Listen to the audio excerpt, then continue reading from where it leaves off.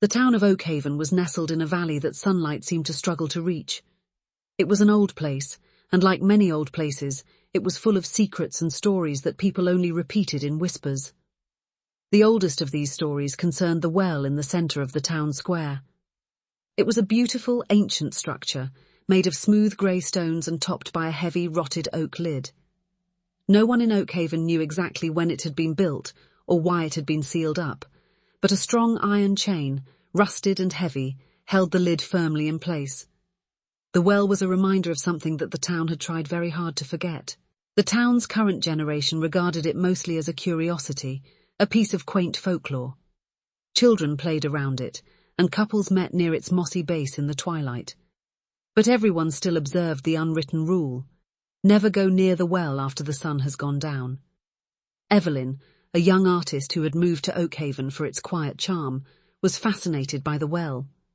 To her, it wasn't a source of fear, but of inspiration. She loved the textures of the old stone and the way the shadows danced on the rusty iron. She often sketched it during the day, much to the quiet disapproval of the elderly residents who still remembered the old warnings. One evening, after a particularly productive painting session, Evelyn found herself absorbed in her work past sunset. The town square was empty and silent, the air heavy and still. It was the first time she had been so close to the well after dark. A strange curiosity tugged at her. She approached the well. The iron chain was cool to the touch. A faint scent like wet earth and decay rose from the sealed top. Evelyn laughed nervously. It was just an old well. Her grandmother's warnings about things that live in the dark were just superstitions. But as she turned to leave, a sound stopped her cold. It was faint at first, barely a whisper. A low, distorted melody, like a child trying to hum a tune they couldn't quite remember. The sound was distinct, rising not from the wind, but from deep within the well itself. Evelyn froze. She was terrified, yet strangely compelled. She pressed her ear to the mossy wood of the lid. The sound was clearer now. It wasn't humming. It was a voice. A wet, hollow voice, barely audible, slurring her name. Evelyn. Evelyn. Every instinct screamed at her to run, to flee the square and never look back. But she couldn't move. The voice held a mesmerizing power, a promise of something she couldn't comprehend. She placed her hands on the heavy oak lid, feeling the wood fibers fray beneath her fingers. Evelyn. We are so close now. The voice was distinct, its tone a perverse mockery of familiarity. Open the gate. We have waited so long. Without thinking, Evelyn's hands found the chain. The iron, once cool, was now burning hot. With a strange, mechanical strength, she began to pull at the rusty links. She pulled until her fingers bled, the metal tearing her skin. She didn't feel the pain. The voice in the well had become a roar, filling her mind, drowning out all reason. Open it! Open the gate for us! The very stones of the town square seemed to vibrate in anticipation. The final link of the rusted chain groaned and snapped with a sickening crack. The heavy wooden lid, freed from its ancient prison, fell back with a wet thud.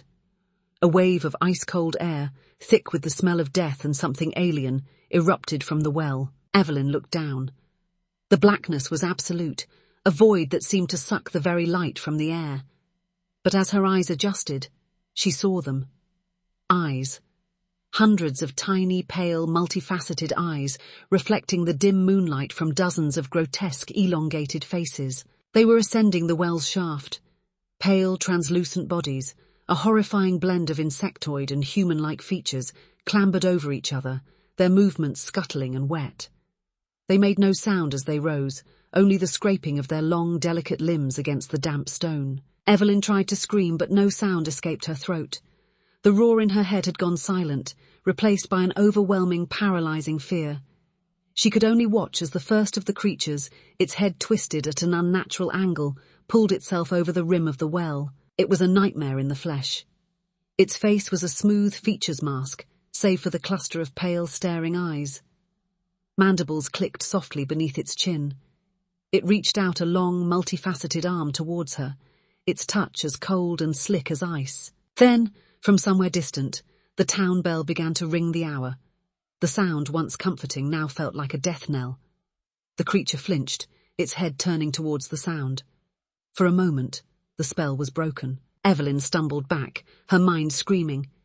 She finally found the strength to turn and run, plunging into the dark, silent streets of Oakhaven. Behind her, the scraping of hundreds of wet limbs against the ancient stones grew louder, and a low, resonant humming filled the night. The things from the well had returned, and Oakhaven's long-kept secret was about to consume them all.